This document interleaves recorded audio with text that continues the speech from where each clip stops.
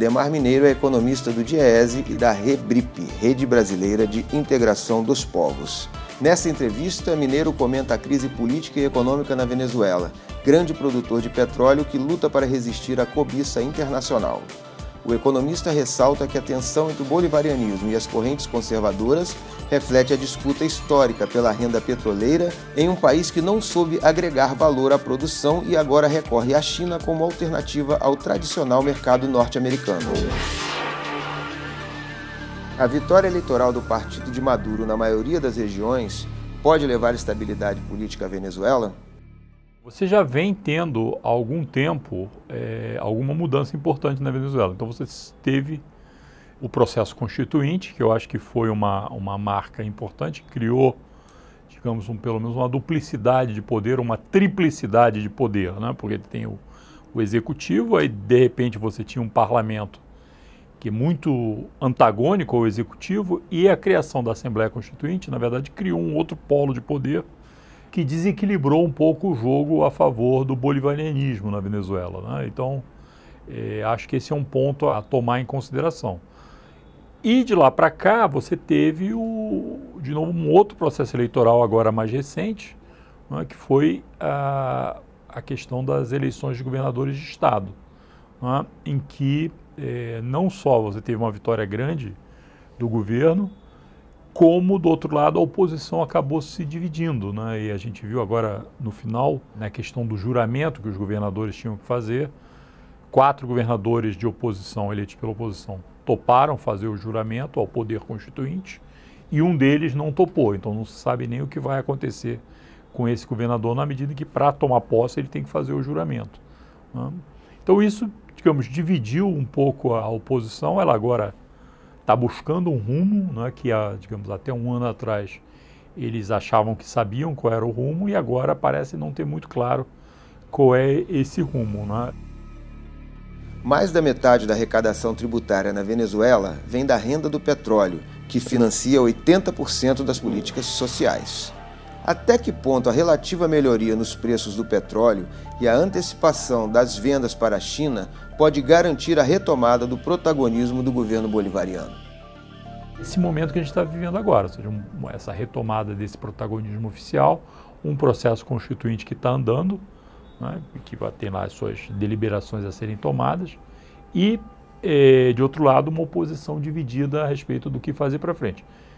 Obviamente, essa recomposição não era a aposta de alguns países da região, que tomaram partido desde lá de trás e que fizeram uma clara aposta, uma conclusão rápida do processo venezuelano a favor da oposição. Digo, inclusive, que essa era a posição da chancelaria brasileira, que desde o governo Temer, com os chanceleres, 2 senadores do PSDB que tomaram essa posição, eles tomaram posição muito nítida sobre a crise venezuelana, apostando muito numa solução rápida, no meu ponto de vista. De certa forma, deram com os burros d'água. Enquanto no Brasil alteramos a Constituição sem fazer qualquer plebiscito, nossa mídia costuma se referir à Venezuela como uma ditadura. Isso é verdade? Pois é, olhando de longe, o regime venezuelano ele passa por vários processos de consulta, né? A última colocação da grande imprensa aqui no Brasil é colocar dúvidas sobre o resultado das consultas, né? Mas, de fato, a gente vê, quer dizer, foi uma estratégia importante do bolivarianismo na Venezuela, do chavismo, se quiser falar por um nome mais simples, talvez, não sei se as pessoas vão saber exatamente o que é o bolivarianismo, né? Mas, digamos, esses governos que se sucedem desde o Chávez na Venezuela, de fazer permanentes consultas à população, para o bem ou para o mal. É porque eles perderam algumas consultas, por exemplo, uma que tentava estender a possibilidade de mandatos renovados para o Chávez, lá atrás ele perdeu a consulta, né? Assim como naquelas eleições parlamentares, as últimas eleições parlamentares, o governo perdeu por uma margem razoavelmente ampla. Então você sempre teve processo de consulta, inclusive com vitórias da chamada oposição em alguns momentos, né? Quando se instalou o processo constituinte, né, a chamada oposição, como já tinha feito lá atrás em um dos processos eleitorais, resolveu não participar. Bom, ela perdeu, né, porque na medida que ela não foi participar, ela não conseguiu eleger ninguém e você teve o processo legitimado pela participação popular. Assim como lá atrás, quando ela resolveu não concorrer para a Assembleia, ela também perdeu, ficou lá sem ter participação. Depois, quando ela concorreu, ela ganhou espaço, né? Então, isso vem acontecendo na Venezuela. Então, se você coloca que democracia é essa consulta eleitoral à população, isso tem acontecido na Venezuela esse tempo todo, com todo tipo de resultado, volto a dizer, né? Mas eu acho que essa democracia que é a definida pela grande imprensa brasileira, na Venezuela teve, como você lembrou, né? Talvez até mais do que aqui, porque aqui você tenta fazer grandes mudanças sem nenhuma consulta à população, né? Que a gente está vendo agora, legislação sindical, legislação previdenciária, enfim, uma série de reformas, privatizações, né? Acirramento de programas de liberalização, tudo isso sem nenhum mandato eleitoral, porque a última eleição definiu o contrário do ponto de vista de um programa político, né?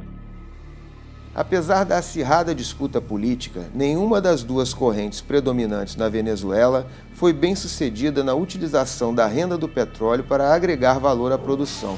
Por que então tanta rivalidade? Eu acho que é exatamente porque você não tem uma diversificação, né? Todo o foco da disputa política é em cima da questão da renda petroleira, né? Então, seja os mais ricos, a grande burguesia, seja a classe média, seja a maior parte da população, todos vivem, de certa forma, de formas de apropriação da renda do petróleo, né? Então, essa é a grande disputa nacional. Toda energia política é gasta, de alguma forma, nisso. O próprio surgimento, do ponto de vista de expressão eleitoral do bolivarianismo, ali com o Chávez, no final dos anos 90, foi um pouco a expressão disso, né? Ou seja, você teve, nos anos 80 e 90 do século passado, uma combinação aí entre os tais programas de liberalização que você teve na região, você teve também na Venezuela, que reduzia a participação da renda petroleira do Estado, levava a abertura de concessões para a exploração de empresas estrangeiras, etc., de um lado, e de outro, especialmente nos anos 90, uma queda grande dos preços do petróleo. Então isso levou a uma incapacidade de poder fazer políticas distributivas a partir da renda do petróleo e deu a base, digamos, para o crescimento de uma alternativa que propugnava exatamente que o povão, de alguma forma, se apropriasse majoritariamente dessa renda do petróleo. Então, digamos, a essência do bolivarianismo, com todo o discurso, todas as minúcias políticas que não são pouco importantes para a situação venezuelana, mas o centro é retomar, digamos, a capacidade do Estado de se apropriar da sua empresa de petróleo, da renda do petróleo e fazer políticas sociais a partir daí. Qual a grande questão? A grande questão é que nem quando isso aconteceu lá com o chavismo, né, você teve políticas de diversificação produtivas, né? Você poderia falar da indústria, de industrializar alguma coisa, você poderia falar de um processo de reforma agrária que ampliasse, você até teve parcerias com setores sociais do Brasil, como o MST, que poderiam trabalhar e ajudar o governo venezuelano. Você teve experiências localizadas de distribuição de terra, mas não teve isso massivamente. Podia pensar numa criação, a partir do excedente do petróleo, de fazer investimentos na área de serviços, por exemplo, coisa que a Arábia Saudita está fazendo agora, né? Criar um vale do silício no deserto árabe, né? Então a Venezuela podia ter feito isso ali na beira do Caribe, né? Aprofundar parcerias com Cuba, que tem, digamos, avanços tecnológicos em alguma área. A Venezuela poderia, digamos, a partir daí produzir coisas, remédios, por exemplo, que Cuba produz massivamente, mas com um mercado estreito. Na Venezuela poderia dar fôlego financeiro para você caminhar mais amplamente nesse sentido. Você tinha uma série de alternativas que poderiam ser seguidas, mas que de fato não foram.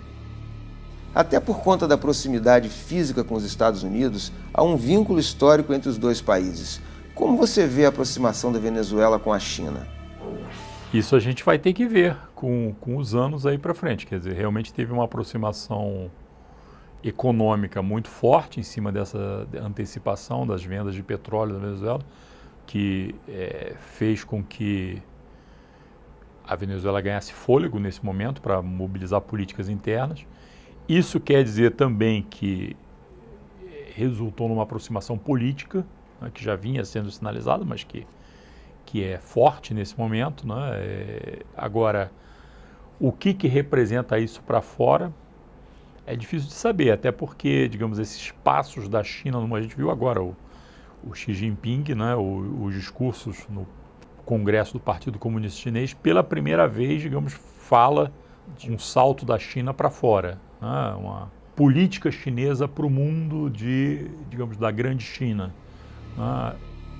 Há risco de estar havendo apenas uma troca de império? Até agora, a China não tinha uma política explícita muito nesse sentido, né? A China já faz alguns movimentos importantes no campo econômico, né? Transformou o yuan, a sua moeda, numa moeda forte, numa moeda de curso internacional. Do ponto de vista da China, também é um bom negócio esse comércio com a Venezuela.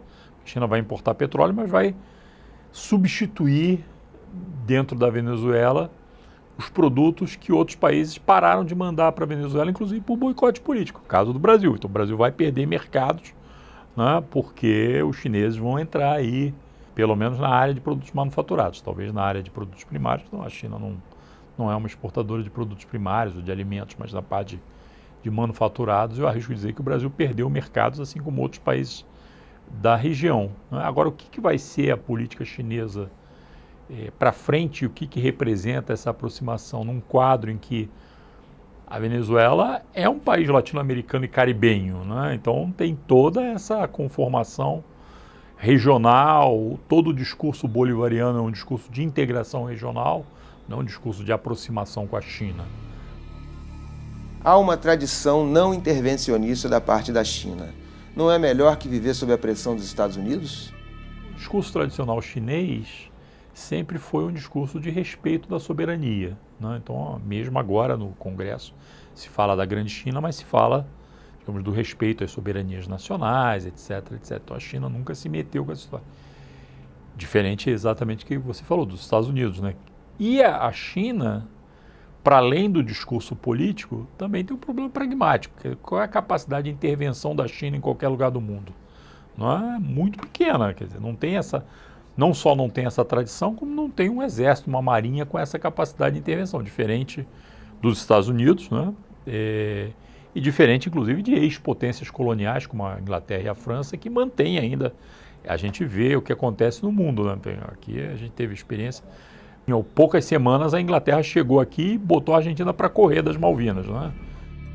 A provável valorização do yuan, na medida em que se torna moeda de trocas internacionais, pode prejudicar as exportações da China, inclusive para a Venezuela?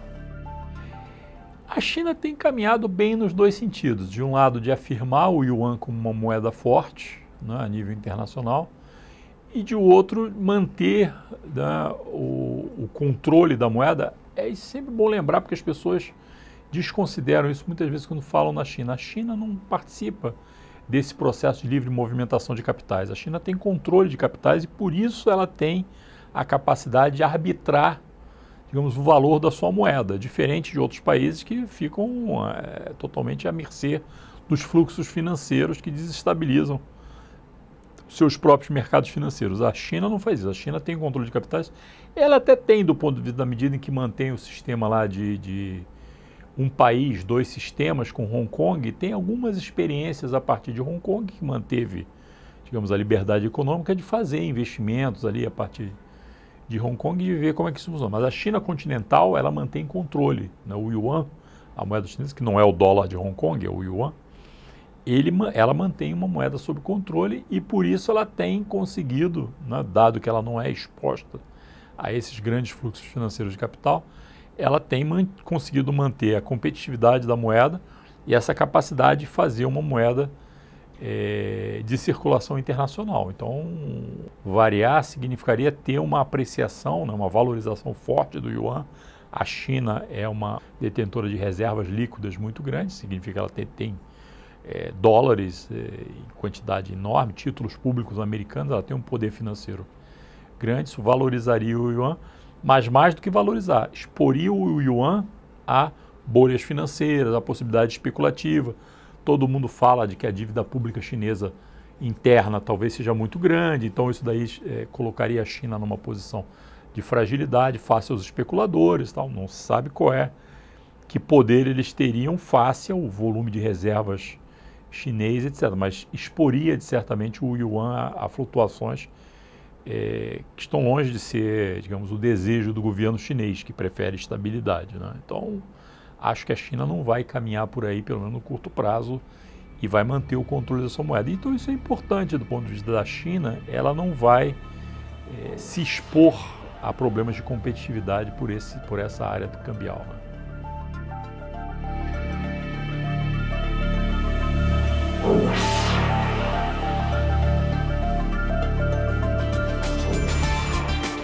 Acho que desse ponto de vista a Venezuela não corre risco disso, digamos, nem do ponto de vista cultural, nem do ponto de vista de uma intervenção militar, alguma coisa assim. O que a Venezuela corre o risco é de uma dependência econômica extremada e o que isso daí pode significar, inclusive do ponto de vista de matar outras possibilidades de desenvolvimento econômico, por exemplo, de industrialização, porque se a troca é petróleo venezuelano por produtos manufaturados chineses, que significa que mais um desincentivo vai ter a Venezuela para mudar a sua estrutura produtiva, né? Então, para frente pode ser mais uma complicação para essa possibilidade da Venezuela buscar alternativas.